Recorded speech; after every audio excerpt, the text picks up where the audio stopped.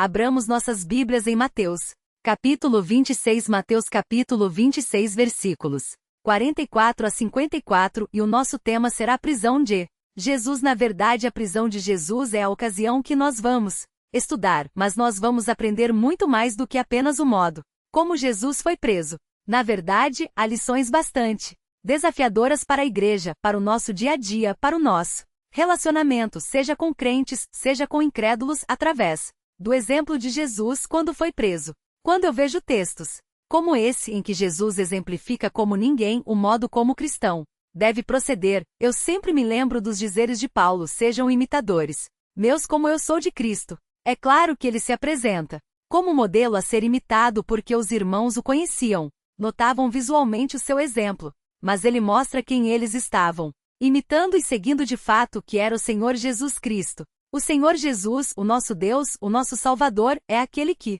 nós devemos imitar em tudo. É aquele que nos dá o parâmetro a ser seguido por aqueles que são seus. É aquele cujo caráter deve ser imitado. E hoje, lembrando que na semana passada nós vimos um texto que também demonstra exemplos de Jesus a serem seguidos, hoje nós vamos ver uma área específica desses exemplos, todos eles demonstrados no momento da prisão de Jesus, e basta você tentar se colocar na situação em que Jesus esteve para você ver como às vezes as nossas reações, os nossos conceitos, o nosso modo de reagir às circunstâncias está extremamente distante do modelo de vida cristã para nós que é o Senhor Jesus. Então vamos ler esse texto juntos?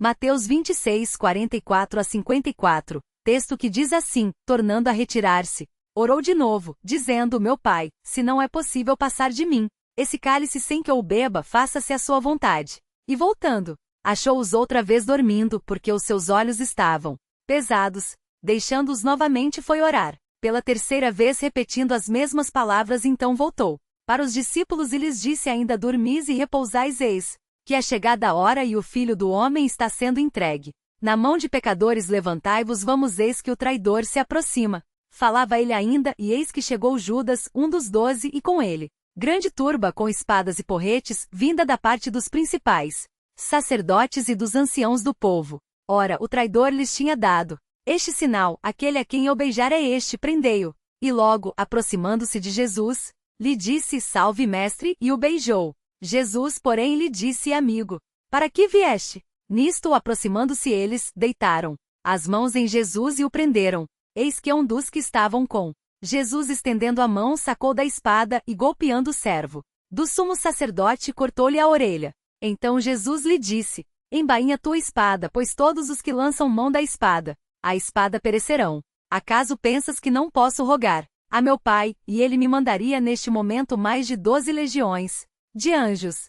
Como, pois, se cumpririam as Escrituras, segundo as quais assim deve suceder? Os irmãos que acompanharam a leitura nas suas Bíblias viram que o texto começa bem antes do que lemos e termina depois do que lemos. É um texto longo, mas eu selecionei apenas o miolinho dele para que, selecionando o principal das atitudes de Jesus, nós vejamos nele um exemplo de benignidade e paciência, de modo que a mensagem central, veja lá, é que Jesus é a exemplificação perfeita de um caráter benigno e paciente. Se nós na semana passada mostramos que Jesus é o nosso exemplo de vida cristã, hoje nós vamos olhar uma área na vida dele que deve ser um exemplo especial na nossa vida, que é o seu caráter benigno e paciente. Em primeiro lugar, precisamos entender o que é benignidade. Nós, quando estudamos a carta aos Gálatas e estudamos o fruto do Espírito, a benignidade e a bondade, dois sinônimos, estavam presentes, e por serem sinônimos, há uma dificuldade de interpretar o sentido daquelas palavras.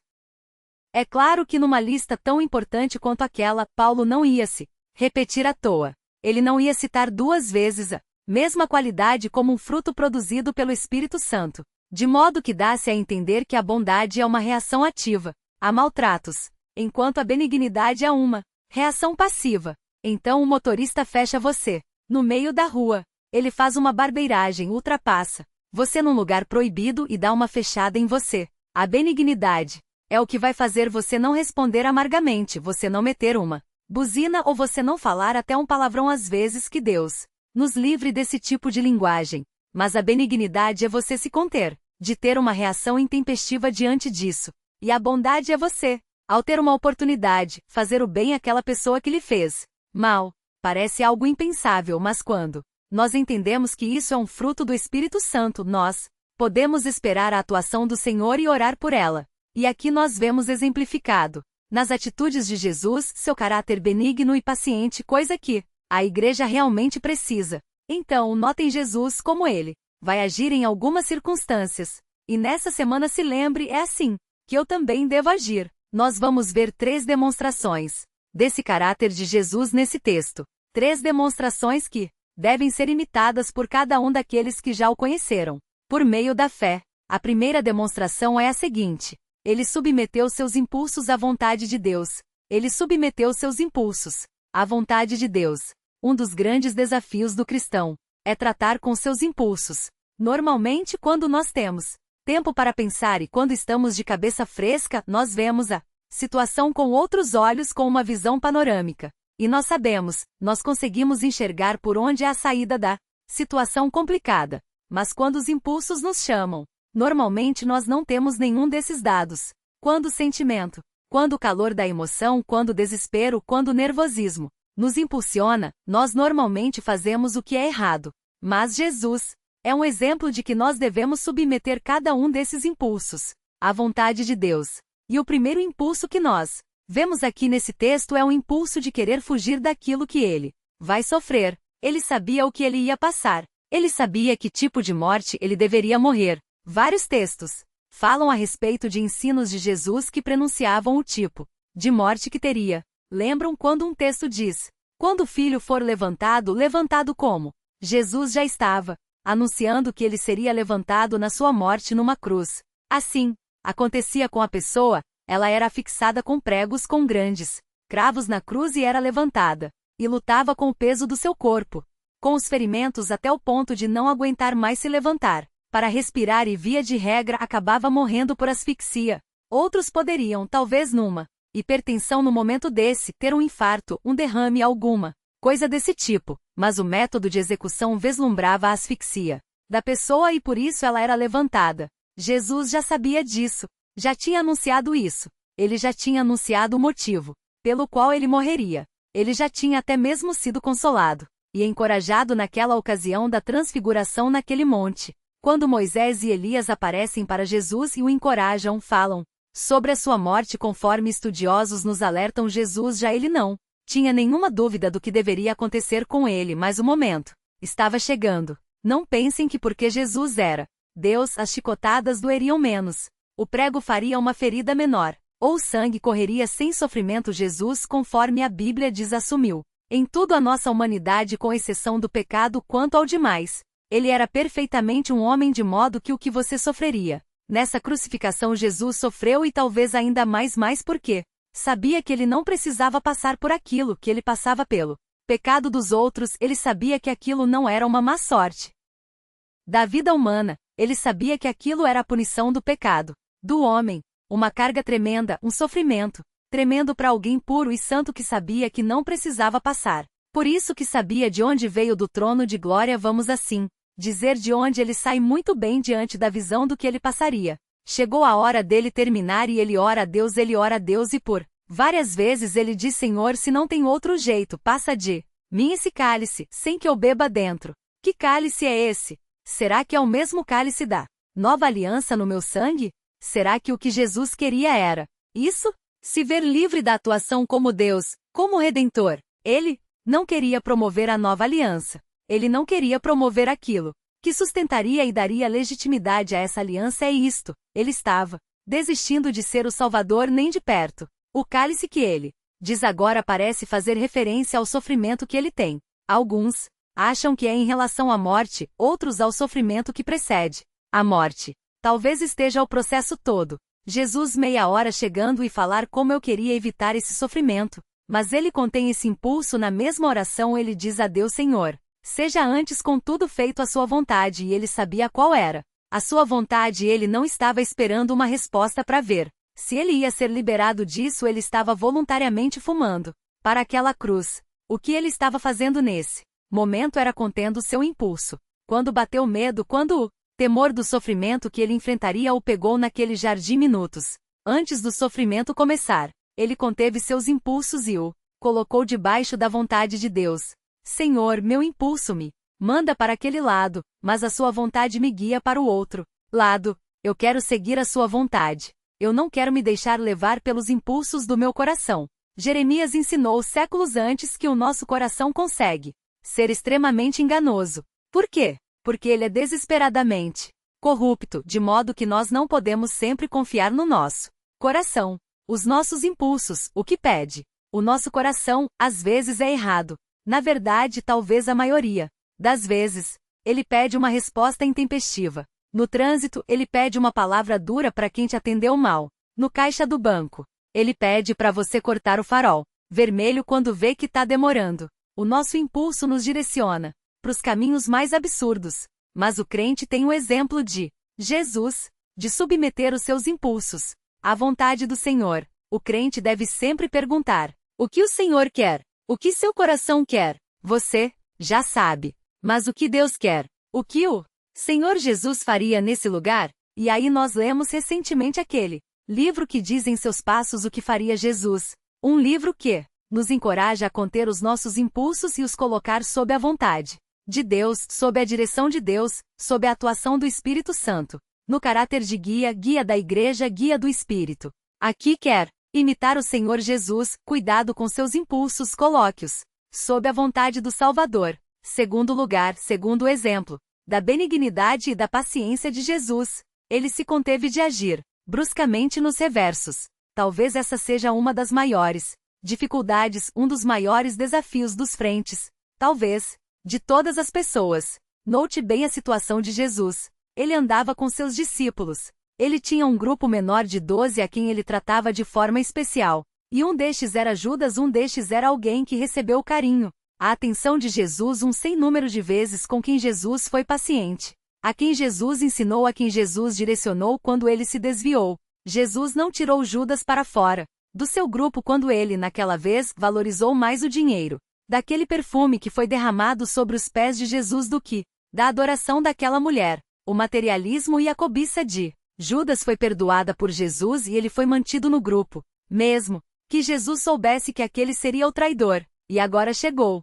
a noite tal em que Jesus seria traído. Chega-se o momento da ceia e Jesus diz: um aqui é um traidor, um aqui que come comigo, no mesmo prato vai me trair. Aí os discípulos começaram a perguntar: sou eu, Senhor? Sou eu. E aí Judas pergunta: sou eu? E a resposta é: vai fazer logo. Faz depressa o que você tem para fazer. E o que Judas tinha a fazer era ir aos sacerdotes, receber um pagamento de 30 moedas de pratas e guiar os soldados até onde Jesus estivesse no momento em que a multidão não estivesse presente.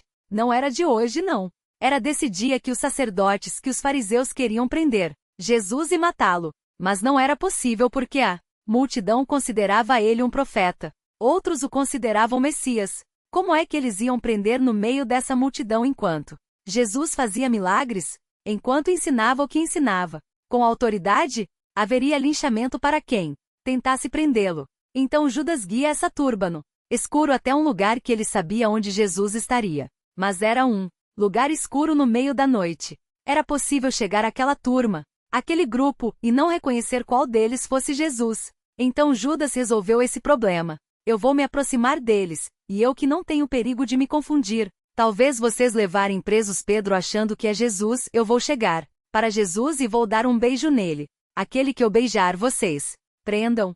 Olha só aqui, quais as circunstâncias da traição? Não é só trair, é trair nas piores circunstâncias possível. É figuradamente enterrar uma faca no coração de Jesus que acolheu Judas durante todo esse tempo. O que Jesus faz nesse momento? Judas vem, traz essa turba com soldados romanos acompanhando a guarda do templo, servos do sumo sacerdote, judeus e gentios reunidos, como diz lá em Atos 4, para fazer o que a mão do Senhor tinha pré-determinado. Mas agora, por meio de Judas, a traição ocorria e Judas chega para Jesus e desfere o golpe de morte, vem e beija o Senhor. No texto diz salve mestre e ele tem coragem de chamar Jesus de mestre e dá um beijo como se fosse um amigo que você faria. Nesse caso, uma pessoa que você considera amiga vem e te trai desse modo, como você reagiria? Eu certamente faria um discurso terrível, principalmente se eu soubesse que isso aconteceria. Eu puxaria do bolso o discurso já preparado e eu diria as palavras mais agudas que eu pudesse. Algumas pessoas nessas horas apelam para a violência, se veem tratados desse modo, fecham a mão e colocam para fora todo o seu furor de maneira física. Outros, talvez, de uma maneira ainda mais destrutiva, afiam as suas línguas e falam as frases mais prejudiciais que conseguem, mais ofensivas que podem. Para quê? Para derrubar todo mundo. Querem, como um jogo de boliche, destruir a todos. Eu talvez não. Com certeza eu faria isso nesse momento. Eu não aguentaria ver um amigo me beijando dizendo salve mestre, quando eu sei que aquilo significa prendam-no em matemática. Você seria diferente? Você seria mais benigno? Você talvez respondesse como Jesus: é para isso que vieste, amigo? Não sei, talvez a maioria de nós respondesse com bastante rancor, ainda que se contivesse até um certo ponto, ia fazer tudo o que pudesse para destilar um certo veneno e deixar marcada a vida daquele que traísse. Mas olha o que Jesus faz. Jesus diz: amigo, para que vieste? Alguns estudiosos dizem que o sentido dessa pergunta é mais ou menos: amigo, é para isto que vieste? Trazendo essa turma, ele demonstra que sabia o que estava acontecendo. Ele demonstra que nada estava oculto diante dele. Mas neste momento ele ainda é benigno. Essa palavra a quem ele é palavra, a qual ele dirige a Judas, amigo, não é uma palavra carregada de ódio, mas de benignidade. Por quê? Porque Jesus se conteve de agir bruscamente nos reversos. Era a hora dele reunir toda aquela sabedoria, aquele modo de dar aquelas respostas que davam um nó nos fariseus, como naquela vez do tributo: deem a César o que é de César e a Deus o que é de Deus, e volta todo mundo pro templo explicar pro sacerdote com cara de tacho que não puderam prender Jesus porque não acharam nele uma brecha de acusá-lo de um crime. Por que Jesus não fez isso agora? Porque foi o momento dele se conter, quando normalmente o homem agiria bruscamente. É fácil essa lição? É fácil seguir esse exemplo? Eu vou dizer que não. Mesmo assim, está lá o exemplo. Está lá o exemplo para ser seguido. Ser de imitadores meus, como eu sou imitador de Cristo. E por fim, a terceira demonstração da benignidade e da paciência do Senhor Jesus. Ele abriu mão de direitos em função do bem maior. Muito bem, bastou Jesus demonstrar que se entregaria de bom grado, que não demonstraria resistência, que não iria espernear, chamar ninguém de traidor e tentar correr ou ficar acusando. Ele ia se entregar de bom grado. Ele foi preso. Para Pedro aquilo foi muito. Se Jesus aguentava isso, Pedro não aguentava mais. Notem como Pedro é o antítipo do que Cristo é aqui. Ele é exatamente o contrário. Se Jesus é benigno, Pedro é impaciente. Se Jesus é pacífico, Pedro é violento. Ele saca de uma daquelas espadas. Era uma espada curta, como os romanos que tinham duas espadas, uma maior e uma menor. Dizem os comentaristas que essa era uma espada mais curta, talvez parecida com um facão.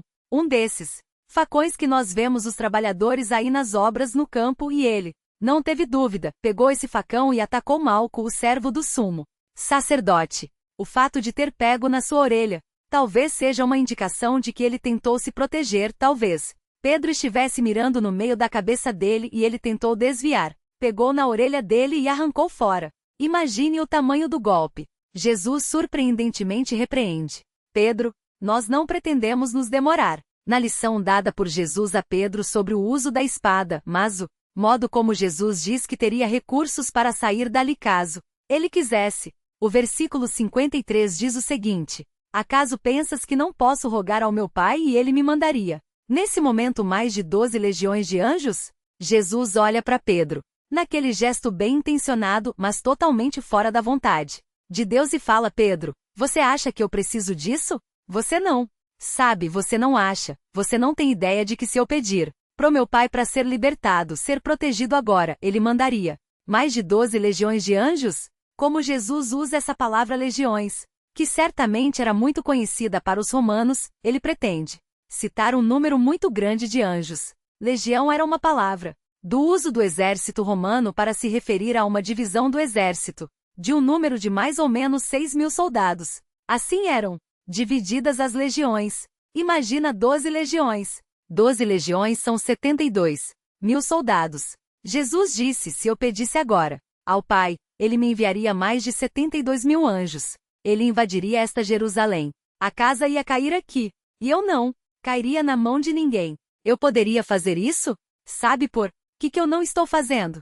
Sabe por que eu, tendo esse direito, não lanço mão dele? A resposta está no versículo 54. Como, pois, se cumpririam as Escrituras segundo as quais assim deve suceder? Do que Jesus estava falando? Estava falando da sua morte. Ele não se deixa enganar pelo conflito que Jesus teve naquele momento no Getsemane. Ele de modo algum desistiu disso. E ele sabia há muito tempo do que deveria fazer. Quando ele estava na glória, ele se voluntariou a encarnar e morrer por nós. Tudo nas Escrituras apontam para aquele momento. Os profetas falaram daquele momento. Deus, lá no começo, falando a Adão e a Eva, pronunciou que aquele que era representado ali, na forma de uma serpente, seria inimigo do descendente da mulher, e a serpente feriria o calcanhar do descendente da mulher enquanto esse descendente esmagasse a sua cabeça. Alguns olham para isso e veem algo que chamam de proto-evangelho, a primeira luz do evangelho dado por Deus,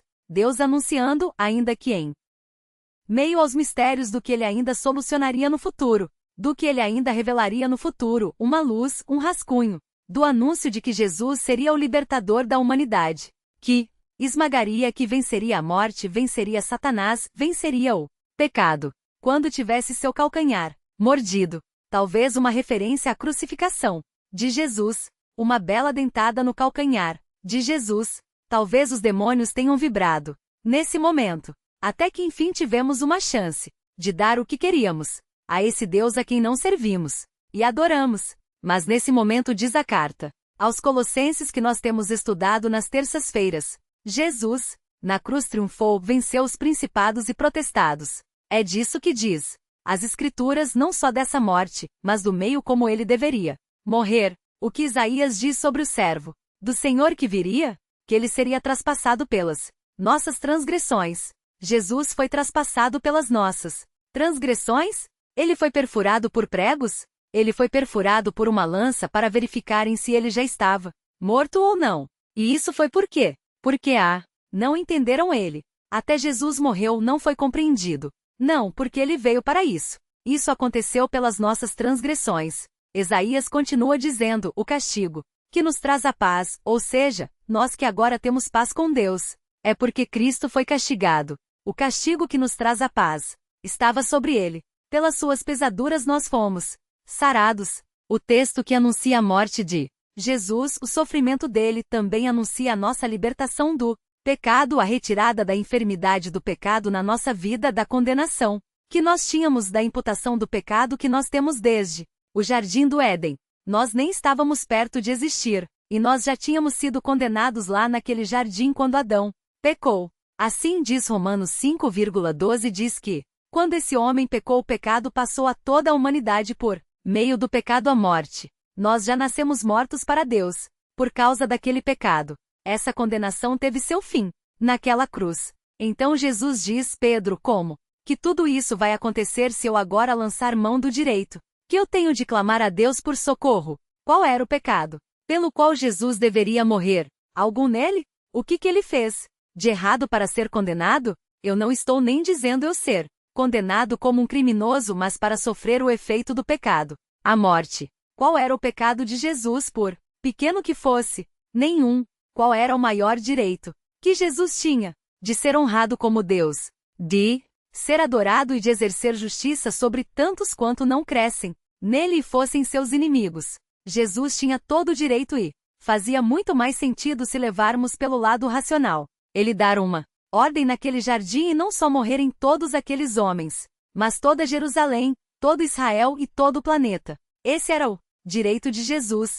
Mas como ele lidou com seus direitos? Ele lidou com o amor, com a paciência, com a benignidade. Ele pensou, se eu lançar a mão desse direito, como eu vou salvá-los? E aí para isso ele teve que se perguntar, e para que eu vou salvá-los? Qual é o merecimento deles? Por que então ele ia salvá-los? Porque os amou.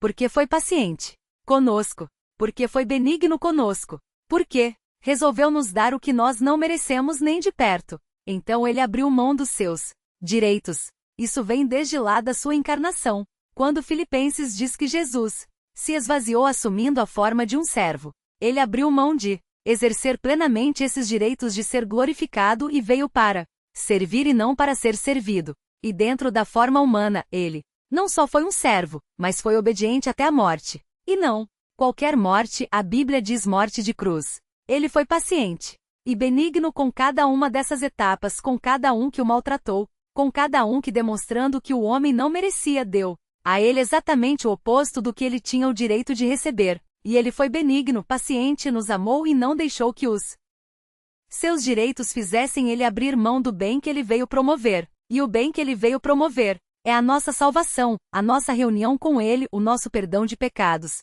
a nossa habitação futura e eterna com ele. Ele olhou para isso tudo e disse: vale a pena abrir mão dos meus direitos. Podem me levar, podem me tratar como um bandido, podem me tratar, na verdade, como o pior dos bandidos. Eu sei porque eu estou fazendo isso, e nenhum direito que eu tenho vai me dissuadir da tarefa que eu vim fazer. Eu acredito que esse é o ponto em que nós mais temos dificuldades de imitar. Sabe por quê? Porque é difícil conter nossos impulsos, mas ainda que lá no fundo nós sabemos que esses impulsos são errados.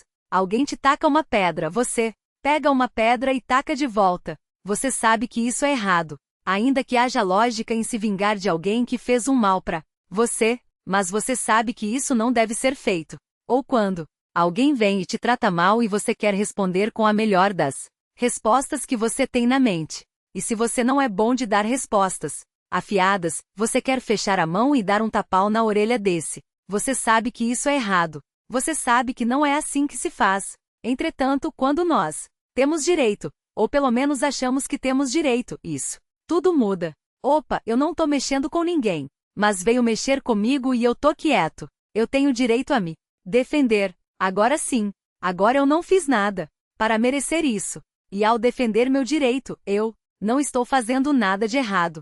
Todo homem tem direito de se defender, tem direito de fazer cumprir a lei. A lei diz isso. O macho vive de fazer cumprir a lei, fazer cumprir os direitos das pessoas. Entretanto, nós não estamos condenando as pessoas a buscarem o que lhe é devido, que é certo. Mas quando elas colocam numa balança o seu direito e um bem maior e deixam prevalecer o que dizem ser seu direito, enquanto o bem que é até maior, que o seu direito fica relegado a um segundo plano. Aqui está o problema. Aqui nós vemos os apóstolos falando mais pra frente. Porque vocês não sofrem o dano para fazer com que a igreja fique bem? Por quê? Porque algumas pendengas entre os irmãos da igreja estavam sendo levadas num tribunal comum. E aí Paulo fala: olha só o que vocês estão fazendo, nós que havemos de julgar os anjos, nós lemos esse texto hoje de manhã na EBD, nós que havemos de julgar os anjos, temos que ser julgados por homens incrédulos. Será que vocês não sabem julgar essas questões entre vocês que vão julgar anjos? Vocês têm que levar esse mau testemunho para fora da igreja, pedir que iníquos digam qual dos crentes tem razão e qual não. Sofra antes o dano, antes de causarem esse prejuízo à causa de Deus. Note bem, não é saber se você pode ou não buscar seu direito, é saber se ao buscar seu direito, você prejudica ou não o restante do corpo de Cristo. Se você atrapalha a pregação do Evangelho, o testemunho aos incrédulos, a união do corpo de Cristo, a edificação, o estudo da palavra de Deus, qual é o bem maior que você deixa para lá e transforma ele em menor? Quando você lança a mão de usar seus direitos. E aqui nós somos colocados diante talvez de uma das lições mais difíceis da jornada cristã. É fazermos o que Cristo falou que deveremos fazer, tomar nossa cruz e segui-la. Para que alguém tomava uma cruz se não para morrer? Para os seus desejos, para o seu orgulho, para a sua lógica, para o seu raciocínio, para suas vontades. Que tomaria uma cruz diariamente, se não para levar até o Calvário, até o pé da cruz de Cristo e deixar esses desejos morrerem para serem servos, seguidores de Jesus, exemplos de Cristo, de paciência e benignidade que nós devemos ter para sermos servos do Senhor. Volta lá Carlos, desde a mensagem central, que diz: Jesus é a exemplificação perfeita de um caráter benigno e paciente. E 3 áreas, 3 demonstrações do seu caráter que nós devemos imitar estão.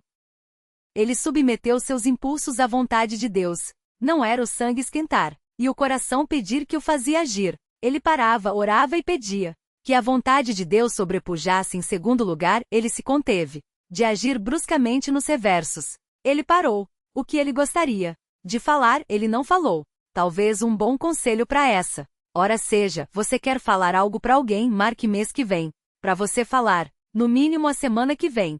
Depois que você dormiu 3 noites, você já não quer mais falar. O pastor Marcos me ensinou isso. Quando você for aí atacado e tiver uma resposta bem dada para apresentar e para arrasar e resolver a situação, marque para a próxima semana para falar. Se você ainda quiser falar, então vai lá e fale, mas se não, se você já mudou de ideia, guarde ela e faça o que é vantajoso para o reino. Contenha-se de agir bruscamente nos revés. Em último, ele abriu mão de direitos em função do bem maior. Nós estamos aqui de passagem. Somos peregrinos seguindo por uma cidade que não vai passar nunca. O que nós fazemos agora deve apontar para aquela cidade. Se o que nós fazemos aqui visa manter nossos direitos naquilo que é passageiro, esqueça isso. Lute pelo eterno. Leve a sua cruz até o Calvário. Faça o seu orgulho. Faça os seus desejos. Faça a sua ira. Todos eles morrerem naquele lugar. E siga Jesus buscando o bem maior. Então, que aplicações nós vamos tirar para a nossa vida? Como aplicar os exemplos do caráter de Jesus na nossa vida? Essa é a pergunta que nós vamos responder rapidamente com 3 respostas. A primeira delas: nunca devemos atender rapidamente aos nossos impulsos. Você quer falar alguma coisa? Não fale ainda. Você quer fazer alguma coisa? Espera, não faça ainda. O seu impulso vem de um coração que Jeremias chamou de enganoso e desesperadamente corrupto. Então, dê tempo. Dê tempo. Devemos ter tempo de meditação e oração, a fim de avaliá-los e submetê-los à vontade e à orientação de Deus. A vida cristã não é brincadeira. Não é um brinquedo, não é um Lego, um Playmobil que você taca no canto e se a cabeça do bonequinho sair, você vai lá e põe de novo. E se não der, você cola com super bolo. Essa é a igreja do Deus vivo pela qual ele tem zelo. Ele cuida como com ciúmes. Essa é outra tradução da palavra zelo, ainda que motivos negativos não sejam ligados a esse ciúme, a esse zelo vindo de Deus. Mas ele ama sua igreja com cuidado, e ele cuida dela. Em segundo lugar, devemos exercitar a amabilidade. É outra tradução para benignidade. É tratar as pessoas de modo amável, mesmo que elas não mereçam. Mesmo quando tudo diga que você tem que dar um tranco naquela hora. Devemos exercitar a amabilidade, mesmo que seja nas mais adversas situações. Uma palavra benigna nunca é mal colocada. Você nunca vai errar ao ser benigno. Nunca. Algumas vezes é necessário uma exortação mais contundente. Mas para isso é necessário oração. É necessário sabedoria. É necessário um processo que veio antes dele. Mas quando você usa a palavra benigno, você não erra nunca. As palavras benignas foram feitas para usarmos uns com os outros. Em último lugar, como aplicar os exemplos do caráter de Jesus na nossa vida? Temos de tirar da cabeça a ideia de que tudo que importa são os direitos que temos a fim de priorizarmos os nossos deveres como membros do corpo. Se o corpo adoecer, sofremos todos. Essa história de trazer para dentro da igreja o Código de Defesa do Consumidor realmente não está com nada. Não significa ser um crente burro, ser um crente que se deixa pisar, que é capaço dos outros, mas significa que o cristão não está preocupado com seus direitos, mas com seus deveres. Nós vivemos numa era muito triste da igreja, onde as pessoas frequentam as igrejas para serem simplesmente beneficiadas por elas. Meu sogro querendo ir a um cinema. Certa vez foi a uma igreja. Ele estava fazendo exames num hospital em São Paulo, e num dia que ele não tinha meu exame, ele sabia onde tinha um cinema. Ele cresceu em São Paulo, falou: vou assistir um filme. Chegou lá e não era mais cinema. Era a igreja. Aliás, esse foi o destino da maioria dos cinemas em São Paulo. Hoje só tem cinema dentro de shopping, né? Os cinemas da cidade viraram todas igrejas. Ele falou: bom, já que eu estou aqui mesmo, deixa eu ver como funciona isso. E ficou do lado de uma mulher que disse o seguinte para ele: eu já estou frequentando aqui há 7 dias e ainda não consegui a bênção que eu quero. Você até sabe de eu não receber a bênção, eu vou para outro lugar, que eu ouvi dizer que tem mais poder. Será que é isso que nós temos procurado na igreja? Ficar felizes, sermos tratados de modo que nos encha o coração, sair daqui falando: nossa, que Maravilha foi hoje ser servido por todos. Ou nós devemos sair daqui com a consciência de que nós fizemos o que deveríamos fazer, de que saímos às vezes quebrados pela palavra de Deus. Saímos daqui encucados falando, puxa, como é que eu vou acordar? Amanhã cedo? Como é que eu vou olhar para o espelho amanhã cedo? Sabendo que eu tenho toda essa luta de pôr tudo isso em prática. Quando é que nós vamos sair daqui com a consciência tranquila de dizer, eu servi os meus irmãos. Eu servi a Deus servindo os meus irmãos, servindo a igreja. Muito cuidado com seus direitos, eles existem e nós vivemos num tempo que incentiva o cumprimento dos deveres uns com os outros. A Bíblia diz que nós devemos respeitar os direitos dos outros. Diz assim, não devamos nada a ninguém a não ser amor. A nossa dívida de amor nunca acaba. O resto nós não devemos dever aos irmãos. Devemos respeitar os direitos deles, mas nós devemos saber que antes dos nossos direitos estão os direitos do nosso Senhor. Ele é quem tem direito e ao exercer o seu direito ele deu uma diretriz, ou muitas diretrizes para a igreja e nós só cumprimos esses direitos de Deus quando obedecemos às suas palavras e tomamos a nossa cruz e seguimos o nosso Mestre. Eu vou pedir que a Fabiola venha aqui e ore agora por nós, pedindo que todos esses exemplos da paciência e da benignidade do Senhor sejam cumpridos na nossa vida mesmo. Que isso tenha custo, que nós sejamos corajosos, paguemos esse custo, e sejamos bons servos do Senhor, e sejamos um exército unido, um exército que luta todo mundo, junto, todo mundo apontando para o mesmo lado, lutando contra o mesmo inimigo, sendo abençoado no mesmo corpo. Orindo, Senhor. Deus, que o Senhor nos ajude a cumprir a sua palavra, Senhor. Sabemos que há muitos mandamentos difíceis, sabemos que a nossa vida é difícil, Senhor, mas que tudo isso seja superado com a sua ajuda e com a força que vem de ti, em todas as nossas falhas.